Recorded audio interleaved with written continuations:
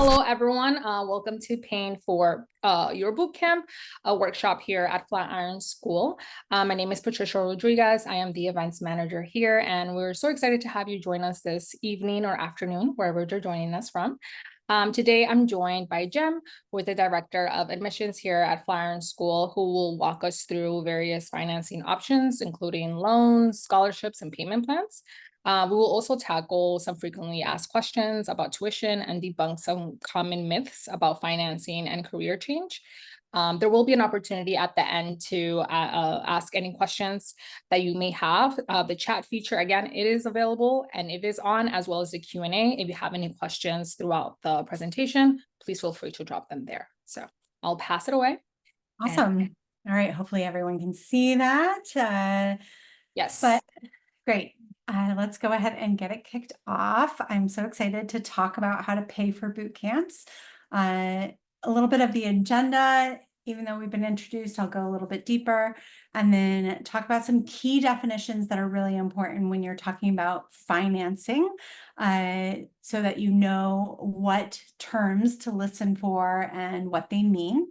We'll talk a little bit about the actual money of Flatiron along with other boot camps, and then paying for Flatiron specifically.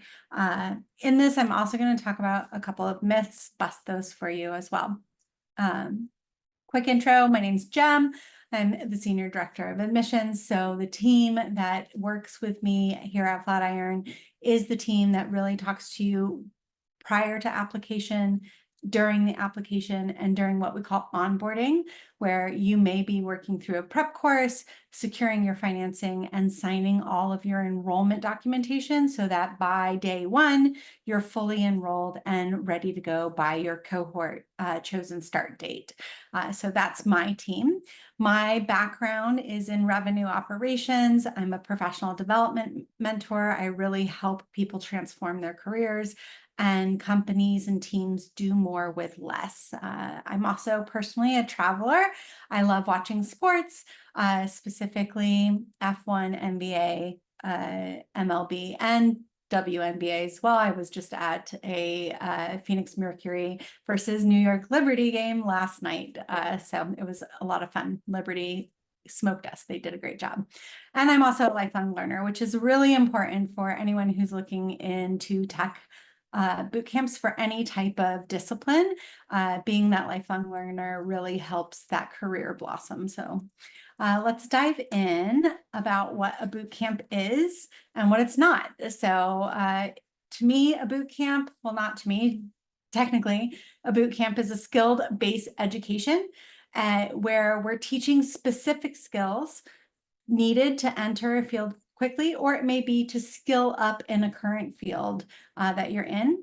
But it comes with a price tag and a price tag less than like a 4-year degree college, and is got a rigorous learning pace.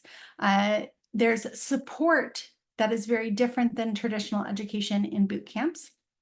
Each boot camp has different or varying degrees of support during, as well as post-completion, during like a career search, those type of things. So if you're looking at multiple boot camps, definitely discuss what the support is while you're in the course, as well as after the course. Boot camps offer more flexibility with your schedule. Oftentimes we have students who are holding full-time jobs or multiple jobs and taking the boot camp. So there's a lot of flexibility. And then the return on investment.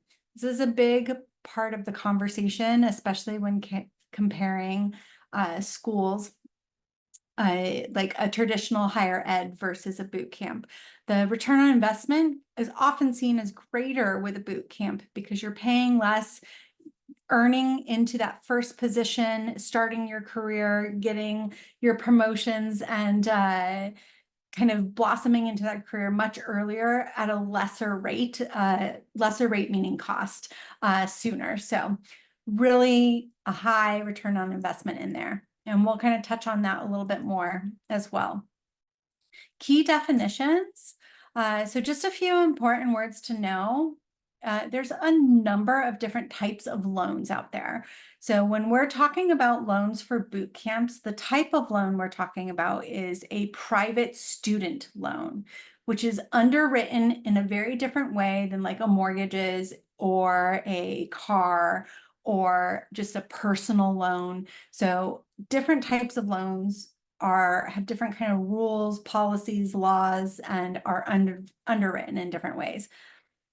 Private student loans are what you're going to be looking at as a potential way of funding this. There are other ways as well. Terms that are important to know in that are the term length, meaning how long is this loan good for? Like, how long am I expected to make payments for? We have loans that are 36 months. We have loans that are 60 months. We also have payment plans that are just the length of the course. So there's lots of different options here. As well as APR and interest rates. Repayment terms, they're going to vary between different lenders. So I say that it's also important to know if applying somewhere is a hard credit check or a soft credit check, because you could apply to multiple places if they're soft credit checks and it not affect your credit at all. That way you can compare the different terms of the loans, the different APRs, interest rates, and lengths, term lengths, so that you can make the best decision for you. These are unlike federal student loans, and each institution is going to have their own application. Not only each school, but each lender that partners with the school will have their own application. And those lenders with different schools may have different products as well. So if you apply with Ascent with us, another school may have a different Ascent product as well and might not have the same offering that we have. Again, soft credit check, you can see what's available to you. It doesn't harm your credit. Only when you accept the loan does it count as a hard credit check. Many lenders will also allow you to apply with co-signers. So if you have an aunt, a grandparent, a parent, a significant other, friend that's willing to kind of support you in making this career change, and you need a co-signer, many of these lenders allow that. We also have 0% interest payment plans, which is not like a loan. There's no underwriting on it. We actually have everyone set up auto, like we have a payment plan that everyone is approved for. But if you want a lower monthly rate, then we suggest looking at loans as potential way of paying. We do have deposits. Most of our deposits are $99. We do have a few payment products that require a little bit of a higher deposit, which your onboarding rep could talk to you about. And then we have discounts along with scholarships, which I'll talk a little bit more about scholarships, and they can be combined with discounts as well. Right now, we have a discount for up to $1,000 for any students who pay full upfront. Residents of New York, Alabama, Georgia, and those who are actually attending the campus, this does not apply for, but please feel free to reach out to admissions and we can look at your specific scenario. Let's talk a little bit more about the money and some myths that we have, and then we'll come back to some money. AI is taking these tech jobs. I hear this so often, and I'm here to tell you it's a myth. I want you to think of AI as a tool, kind of like a calculator is to mathematicians. When calculators came out, they did not get rid of mathematicians. They just allowed people who do math to do it at a greater scale, right? And that is exactly what AI is as well, is it's a tool. Here's this great example. Our data science instructor, one of them, Jelly, she posted this on LinkedIn a little bit ago, and I snagged a screenshot of it because I was like, yes, thank you for this perfect example. Putting into Chat GPT, asked it to put everything in order, and it wasn't able to do it. Used fake names. Always, a human has to not only engage the AI to make it do something, but also needs to check it and verify it, all of that. So AI is not taking all these jobs. However, it's very important that whatever bootcamp you're working with has AI in their curriculum, because it is a tool that all of these tech jobs are going to need to understand how to prompt and how to read and work with. So, and Flatiron's curriculum absolutely already has AI a part of it. there's more security in a degree. This is such an interesting conversation. I have here, there's a company called Stack Overflow, which many technologists do a survey every year. It's a great place for networking and technologists to it's a community. So third party, not our data, but in the last survey that they did, they were talking about where were you learning coding from? And you can see here, it's a mix. It's a really big mix. I want to call out specifically 49% are learning online courses or certifications, right? And they're getting jobs and they are active technologists. So yes, you see people in school. Yes, you see on the job training. All this to say there isn't one pathway of success. It's literally split in many different ways and there's success through many different pathways. It's more about finding the pathway that's right for you than finding the right pathway, if that makes sense. I have heard a number of people go through, go get a computer science degree, and then they end up having to do a boot camp because they're not taught on the relevant kind of hiring languages. They're taught on older languages. And so they end up having to do a boot camp after getting that 4-year degree. I also have seen people who have gone through the boot camp, get their first job entering into the field, and then they're working for a company, a corp, company big enough that has some education benefits. And so they end up getting their CS degree on their company's dime over the years while they're working there. So lots of different ways. And then there's people who don't need additional education, do the boot camp, get a job, go on and continue to have a career, not just that first job, but they get promoted and raises throughout their career. So all that to say, there's not a guarantee of more security into that degree. It's more about what are your learning preferences and what's going to work best for you versus finding the one true path. There isn't enough help to pay for school. Well, I'm here to debunk that in a number of ways. Boot camps are not accredited, so they can't take care of FAFSA or take FAFSA. And so you need to lean into some other type of organizations and programs out there in order to get additional help for paying for school. Here are just some examples. Please check with your county, city, state, your Department of Economic Security. There's a number of programs out there. Make sure you're checking multiple ways, but here are a couple of examples. Trade adjustment assistance. We have taken trade adjustment assistance for students to come take the boot camp for Arizona, Colorado, New York, Washington, as a few states as an example. Definitely see if this is available in your area. Additionally, there's vocational rehabilitation or voc rehab. Again, we have taken this with students from California, Colorado, Missouri, New York, Utah.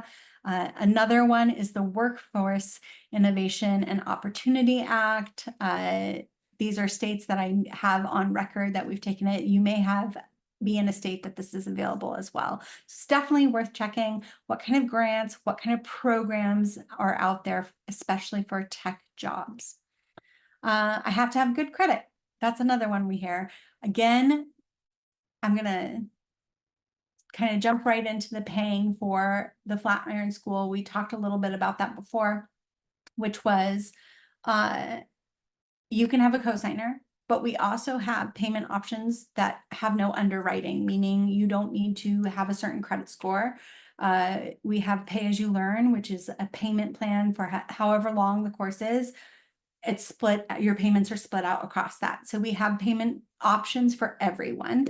If you're not sure what your situation will be, then I highly suggest going to an admissions info session or just email into admissions@flatironschool.com and ask for an interview. One-on-one with an admissions rep. We'll get together and talk about your unique situation and find the right cohort for you, the right discipline for you, the right payment plan for you, and get you set up and going. So a little bit more about paying. We talked a little bit about discounts, but let's talk about scholarships. I'm so proud to be part of Flatiron. We have given over 8.6 million, awarded 8.6 million in scholarships over the years. The scholarships we currently have are the Merit Scholarship, which you'll take an assessment as part of your application process. And if you score well during that assessment, or you do an exceptionally well job during your prep course, you could qualify for the Merit Scholarship. We also have the Access Scholarship, which really is our way of lowering barriers for people of color, disability, veterans, in order to create more diversity in the technology field. And then we have Women Take Tech, which if you are a self-identifying woman, this is the scholarship for you. Currently, we've got scholarships up to $2,000, and it can be combined with that $1,000 pay upfront discount. See, additionally, our Lona partners. So right now we're working with Ascent, Climb, and EdAid.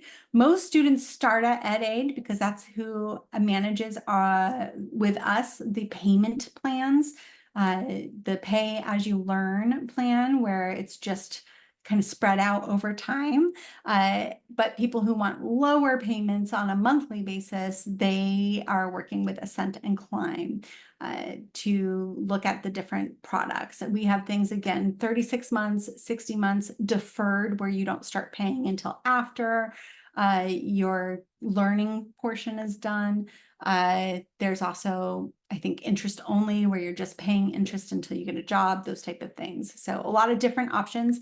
Again, something to talk to an admissions rep about so that you can explore all of the options that are possible for you. And Ascent and Climb both are soft credit checks, so you can see what's available to you before taking any type of points off of your credit.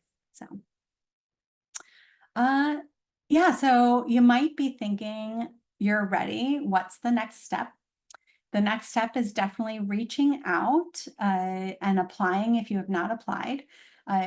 The process is really simple. It goes apply, assessment, and then a $99 deposit is going to secure your spot in your chosen start date and discipline. If you're not sure of a start date, if you're not sure of what discipline, then I highly suggest attending an info session. An admissions info session. Again, you can just write into admissions at flatironschool.com, and we can send you a link to see when those are and get you scheduled. But we can really help narrow some things down for you, answer questions about those things so that you can do it. But the next step is really engaging with admissions rep to figure out exactly what it is you want to need and what your unique financial situation is in order to move forward. Yeah, I'm gonna stop sharing so I can look at the chat. Are there any questions that came in? Should you meet an admissions officer before or after you apply? Does not matter. At any point in your process, you can talk to admissions. So if you're more comfortable speaking with admissions before you apply, absolutely you can. If you'd like to apply, immediately admissions will start talking to you and guiding your next steps. You'll get links for info sessions. You'll be guided to take the assessment. And there's no harm in taking the assessment and starting the process while you're talking to us. So feel free to apply right away and we'll reach out. I also see under the Q&A, do you get charged tax over the price of the boot camp? Nope, we do not. It is all inclusive. So we're not going to add additional tax. The sticker price includes everything. So I should say, includes everything other than your machine. You need to have your own computer. And if you have questions about, is your computer going to be the right type of computer for the discipline that you want, then please reach out to admissions. We've got a one-pager that we can share with you based on your discipline, cyber, product design, all of that. How often do new full-time cohorts start? I think we're on a cadence of every 6 weeks. Patricia, do you remember? It's 6 or 8 weeks. Yes, 6 weeks. Yeah, that's what I thought. Yeah. What other questions can I answer?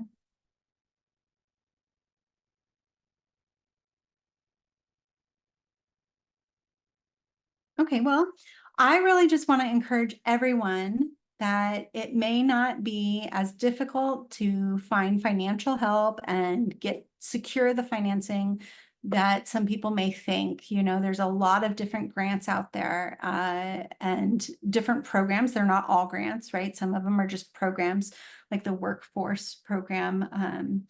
Different counties, cities, states have them. And then we have a variety of payment products because some people care about the interest rate. Some people don't care about interest rate and only care about like the smallest monthly payment possible. And other people care about paying it off as quickly as possible, right? So we have payment products for all types of scenarios. So I just really want to encourage you to apply and speak to admissions to figure out what situation would be the best for you.